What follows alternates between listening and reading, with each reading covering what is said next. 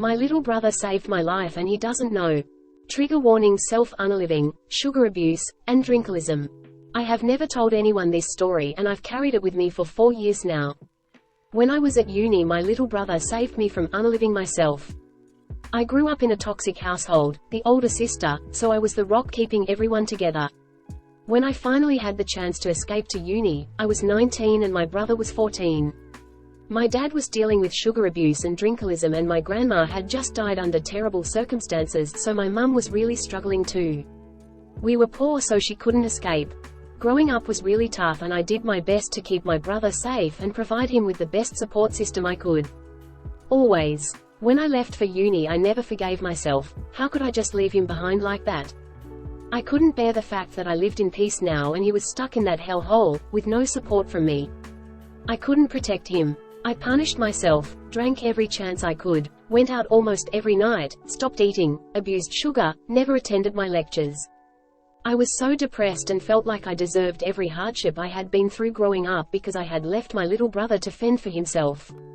I genuinely felt like my family would have been better off without me now because of what I had done. I planned the night I was going to unalive myself. I lived by the sea, so I was going to take a load of pills and drink, then just jump off the pier into the freezing cold water. It was 2 a.m., I was at the pier, and I hadn't checked my phone all day because I didn't care anymore. I checked one last time anyway. One unread message from my brother. "When are you coming home again? Smiley face." I couldn't do it. In that moment I knew I had to come back to him alive, not in a box. All my life I had been there for him and I wasn't going to put him through that pain. He saved my life that night and he doesn't know it. I could never tell him, or my family. I carry this weight and I still can't forgive myself. But my God, am I thankful to have a little brother like him. He is 18 now and I am 24, I thank the stars every day for him. He just started learning how to drive and I can't thank him enough that I am here to see it. I left, ghosted, my, male 23, fiancé, female 23, because I found out I was just an option early on in our relationship. We did distance early in our relationship for reference. I was away a decent amount for work but eventually got to be home more. I never even considered breaking my commitment to her. We got engaged a little over a month ago, dated for about a year prior. About 2 weeks ago, I was borrowing her MacBook for some studying. She's working on her master's, was in class at the time. I saw a text pop up from her best friend whom I don't really like. She's a bad influence in my opinion, enough said. Regardless, my nosy butt goes through their messages back dating to when we first started dating. We became exclusive days after meeting for the first time. It was her idea because she didn't want me being with anyone else while I was away for work.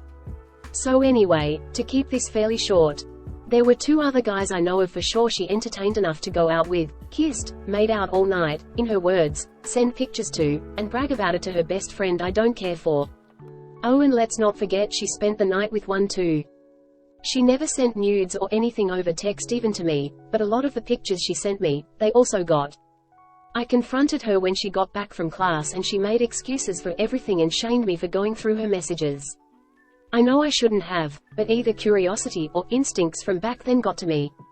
She admitted she kissed one of the guys one night she got too drunk and slept in the same bed, but fully clothed in her words, who knows. I slept on the couch that night. I was so pissed. My mind was made up right then and there I was going to leave. If she's going to do that early on in our relationship, I can't honestly trust her ever again. A few days go by and I make it seems like I'm good and over it just to buy time to collect myself. I got myself situated, and made up some BS story that I wanted to get her engagement ring engraved while she was in class. She agreed. The next day while she was in class 1, packed myself up and drove to a close friend's place to crash. Blocked her on everything. It's been over a week of no communication. I don't plan to communicate further at all, to be honest, and I honestly just need to get it out there. Feeling like I'm getting in my head. I felt so betrayed as I was always so loyal and committed. Enough to put a ring on her finger.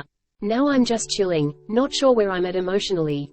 Trying to stay productive and keep my mind off it. Edit. I left a letter explaining why and how I can no longer have trust for our relationship. Immature or whatever. It's done and I'm learning from it. I tell people I'm a janitor. I grew up a pretty introverted person. I would open up to people close to me, but was insanely quiet in most public settings. I'm a fairly attractive dude, just awkward as. And I never hated it. I enjoy my peace and quiet. I always left school the second the bell rang and went home as fast as possible. I did the same at work for years. I do frequent bars when my favorite sports teams have big games to at least get some public interaction, otherwise, I'm a homebody. Anyway, after high school I moved to a city after 30 minutes away from my hometown. I found work, a place to live, and had a vehicle to get to and from. This was in 2005. I've made my way up in the company and made into making at least $150,000 a year salary as of 2021. Then things changed. In October 2021, I won the lottery. It wasn't one of the record-setting billion-dollar wins, but it was a decent amount. I took home just under 100 mil.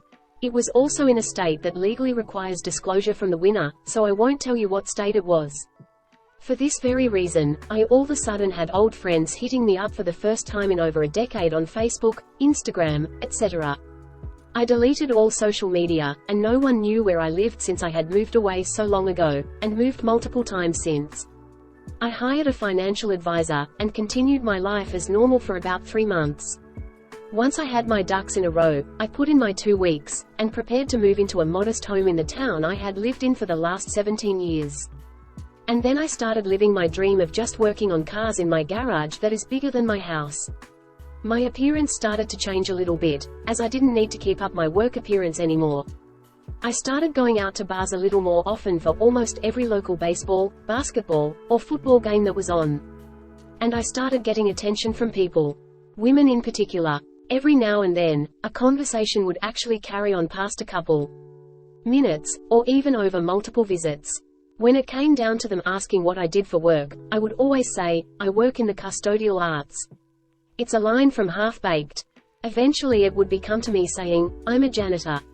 Their facial expressions would always immediately drop. I'd go on to describe how much I love it. I live by myself, no family, no kids. I wouldn't trade it for the world.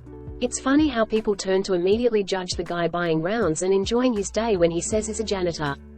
And only reinforces my love for living a quiet, low-key lifestyle. I have taken a couple ladies home over the past year, and when we get to my house they always ask again, so, you're a janitor? I don't really know why I felt like typing this out this morning. Maybe I smoked a little more than usual with my coffee. I mean, I'm not technically lying, as I do spend more time cleaning my garage than I do actually using it. Went through my boyfriend's phone on a hunch and found out he has been cheating on me. Background info: my boyfriend and I have been together for about 1.5 years and we moved in together in the beginning of March. We also happened to start arguing a lot more when this happened, and stopped having intimacy as often as we used to. The other night at like 10 p.m. after we had a big fight, we made up and he told me he needed to drive his friend home because he didn't have a car. I know this friend and I knew that was true. He was taking a while, so I looked at his location on my phone and found him inside an apartment building for like 30 to 45 minutes straight, and then he came home. I didn't think anything of it because I thought maybe he just ended up going into his friend's place. I didn't know where he lived, and hung out for a while.